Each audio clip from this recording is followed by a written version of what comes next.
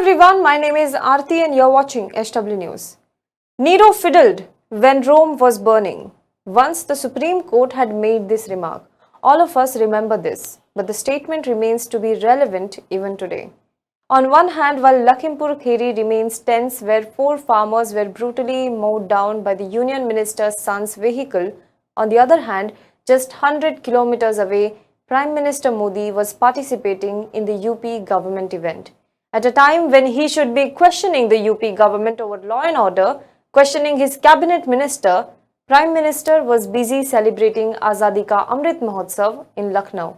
At a time when opposition leaders were detained, Priyanka Gandhi at the time of shooting this video remains in house arrest for more than 24 hours for trying to meet the victims' families. PM Modi was inaugurating an exhibition. While he managed to cover this in his busy schedule, he couldn't find a minute to at least even send condolences for the lives lost. And among those who died were not just farmers, but local journalists and 2 related to BJP as well. Today in this video, we will talk about some questions that are raised after Lakhimpur Kheri and Prime Minister Modi's deepening silence on Lakhimpur. But before that, asking tough questions to the government is not an easy job. At least not when we live in the times where journalists are being arrested even before they report on the stories. But at SW News, we believe true journalism involves asking tough questions. We need your support to keep doing the journalism that speaks truth to power. If you want to contribute, please go to our website, click on the support on the topmost toolbar and choose the subscription plan that you want to take up. You can also support us by joining our YouTube membership. Now let us talk about the questions arising out of Lakhimpur Kheri incident. First of all, there are 2 versions of the incident coming out, which is making it difficult for a layman to understand what exactly happened and how the horrific incident exactly took place. Several reporters who are on ground are providing eyewitness account. So my colleague Tejas Joshi has pieced together all such information and presented it in an article to help you understand the discrepancies between the claims made by the administration or the accused and the eyewitness account. I am adding the link in the comment box, so please do read the article.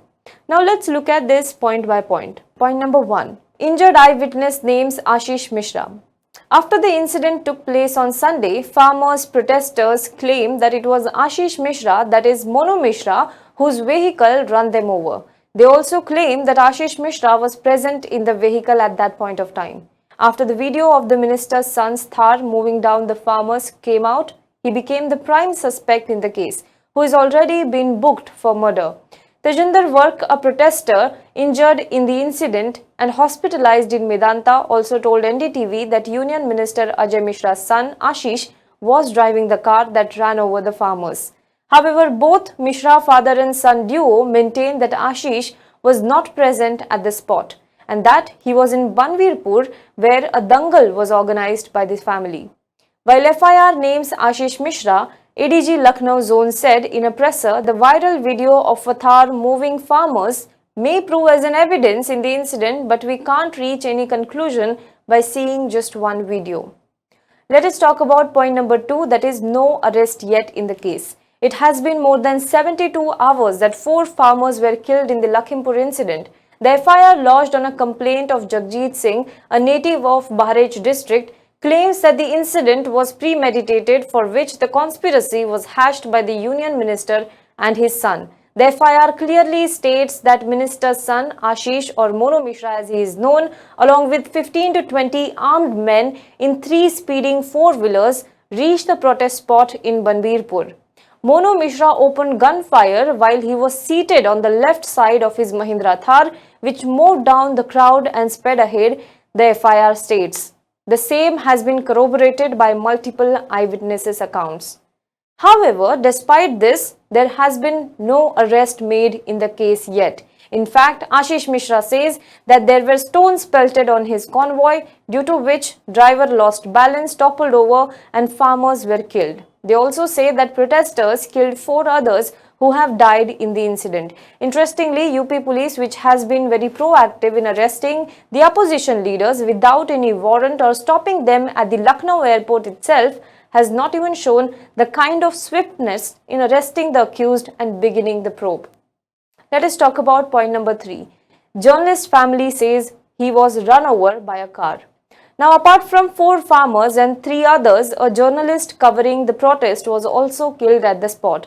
Incidentally, while counting the dead, Union Minister of State for Home Ajay Mishra had included Raman Kashyap, who was 32 years old, in his toll of 4 BJP workers who were killed by protesting farmers. However, Kashyap's father says his son was killed after being run over and was not lynched by the farmers. He said, when 3 to 4 cars came, he may have been shooting some photos. The cars ran over people. My son died in that. This is what Kashyap's father said. Now, according to a News Laundry report, Raman's family wanted to file a separate FIR initially, but after a discussion with their lawyer, the family decided to include Raman's name in the FIR filed by farmers directly against Ashish Mishra. Now, the family is reportedly being pressurized to change the statement. Point number 4. Family alleges foul play in postmortem. Out of the 4 farmers who were killed in this incident, 3 were cremated on Tuesday after Rakesh Tiketh and UP officials reached an agreement. However, the family of the 4th one demanded a second post-mortem examination of the body. Family members of Gurvinder Singh of Bahraich refused to cremate his body, alleging that the farmer was shot dead and the post-mortem report did not reveal this.